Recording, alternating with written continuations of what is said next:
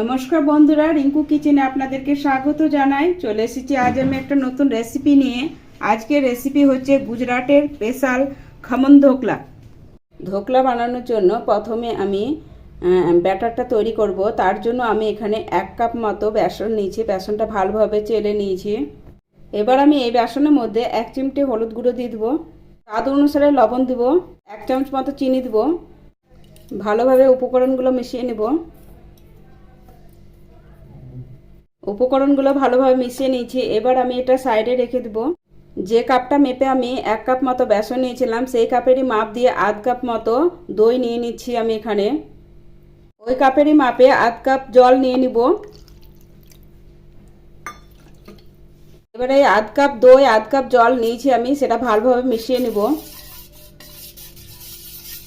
দইটা জলটা ভালোভাবে মিশিয়ে ছাঁচের মতো তৈরি করে নিয়েছি।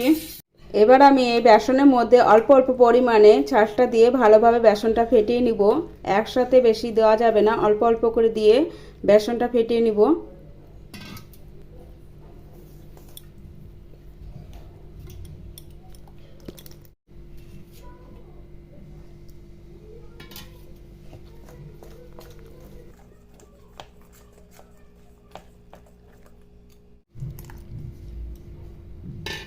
ছাঁচের সাথে ভালোভাবে বেসনটাকে ফেটিয়ে নিব।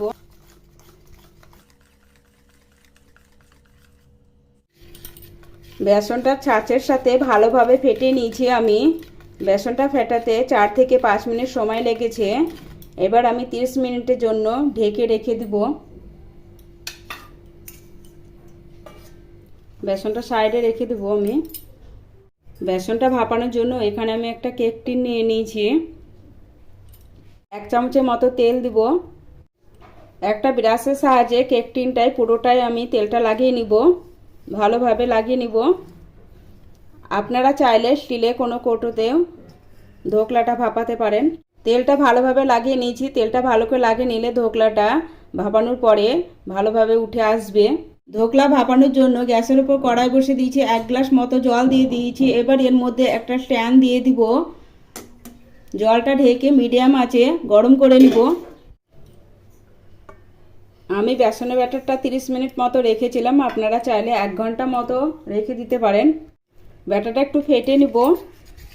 আপনারা চাইলে বেসনের মধ্যে আদা বা কাঁচা লঙ্কা কুচি করে বা বেটেও দিতে পারেন, কোনো অসুবিধা নাই। আমি একটু ফেটে নিয়েছি। এবার এর মধ্যে আমি ইনো দিয়ে দেব 1 চামচ মতো। ইনো দেওয়ার পর হালকা হাতে মিশিয়ে নিব। আপনারা চাইলে বেকিং পাউডার বা খাওয়ার সোডাটা দিতে পারেন, কোনো অসুবিধা নাই। আমি এটা ইনো দিয়ে বানাবো। দেখুন ইনোটা ভালোভাবে মিশিয়ে নিয়েছি। এবার কেক টিনের মধ্যে ঢেলে নিব। পুরোটা ঢেলে দিচ্ছি। 2 থেকে 3 বার হালকা হাতে ট্যাপ করে নিব। ইনোটা দেওয়ার পরে ভাপাতে দিয়ে দিতে হবে তাড়াতাড়ি। জলটা ভালোভাবে গরম হয়ে গেছে। এবার আমি ধোকলাটা ভাপানোর জন্য বসিয়ে দিব। ধোকলাটা ভাপানোর জন্য রেখে দিলাম আমি। এবার আমি ঢেকে 15 থেকে 20 মিনিটের জন্য ধোকলাটা ভাপানোর জন্য রেখে দিব মিডিয়াম ফ্লেমে। 20 মিনিট পরে এবার আমি একটা টুথপিনের সাহায্যে ধোকলাটা চেক করে নিব। দেখুন টুথপিনে লেগে নাই, মানে আমার ধোকলাটা ভালোভাবে ভাপ দিয়ে নেওয়া হয়েছে। এবার আমি নামিয়ে নিব। ধোকলাটা ঠান্ডা করার জন্য রেখে দিলাম। ধোকলাটা ঠান্ডা হোক, ততক্ষণ আমি তড়কাটা বানিয়ে নিব। তড়কা বানানোর জন্য গ্যাসের উপর কড়াই দিয়ে দিচ্ছি। কড়াই গরম হয়ে গেছে। এবার আমি 2 চামচ মতো তেল দিয়ে দিলাম। তেল গরম হয়ে গেছে। এবার আমি হিং দিয়ে দেবো। 1 চামচ কালো রাই বা সর্ষে দিয়ে দেবো। ভালোভাবে মিশিয়ে নিব। এবার আমি 10-15টা মতো কারি পাতা দিয়ে দেবো। 4টে কাঁচা লঙ্কা চিড়ে রেখেছিলাম, দিয়ে দিব। ভালোভাবে মিশিয়ে নিব। কারি পাতাটা ভাজা হয়ে গেছে। এবার আমি 1 কাপ মতো জল দিয়ে দেবো। 2 চামচ মতো চিনি দিয়ে দেবো। এবার আমি এই তড়কার মধ্যে 2 চামচ মতো লেবুর রস দিয়ে দেবো। অনুসারে লবণ দিব। কিছু সময়ের জন্য সিরাপটাকে ফুটিয়ে নিব। এই সিরাপটা চিনি গলা অবধি জাল করে নিব।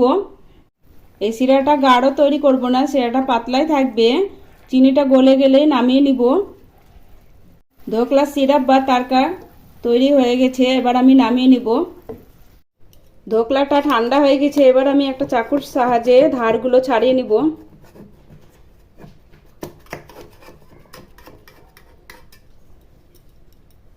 এবার একটা থালার সাহায্যে ধোকলাটা পাল্টে নিব। ছেড়ে আসবে, দেখুন কি সুন্দর। এই দেখুন ধোকলাটা ছেড়ে এসছে। ধোকলাটা এবার আমি পিস পিস করে কেটে নিব।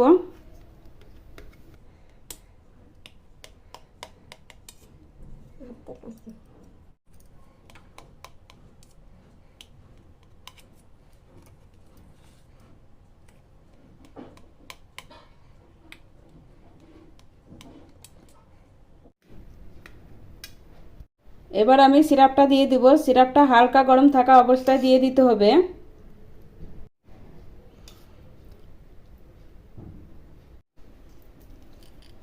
দেখুন বন্ধুরা, দোকানের মতো স্পঞ্জি জুসি ধোকলা তৈরি হয়েছে। তাহলে বন্ধুরা দেখে নিলেন তো বাড়িতে দোকানের মতো স্পঞ্জি ধোকলা কিভাবে তৈরি করতে হয়। ভিডিওটা ভালো লাগলে লাইক করবেন, বেশি বেশি করে শেয়ার করবেন। আমার চ্যানেলটা সাবস্ক্রাইব করা না থাকলে আমার চ্যানেলটা সাবস্ক্রাইব করার অনুরোধ রইল। ওপর দিয়ে ধনেপাতা কুচি দিয়ে সার্ভ করব।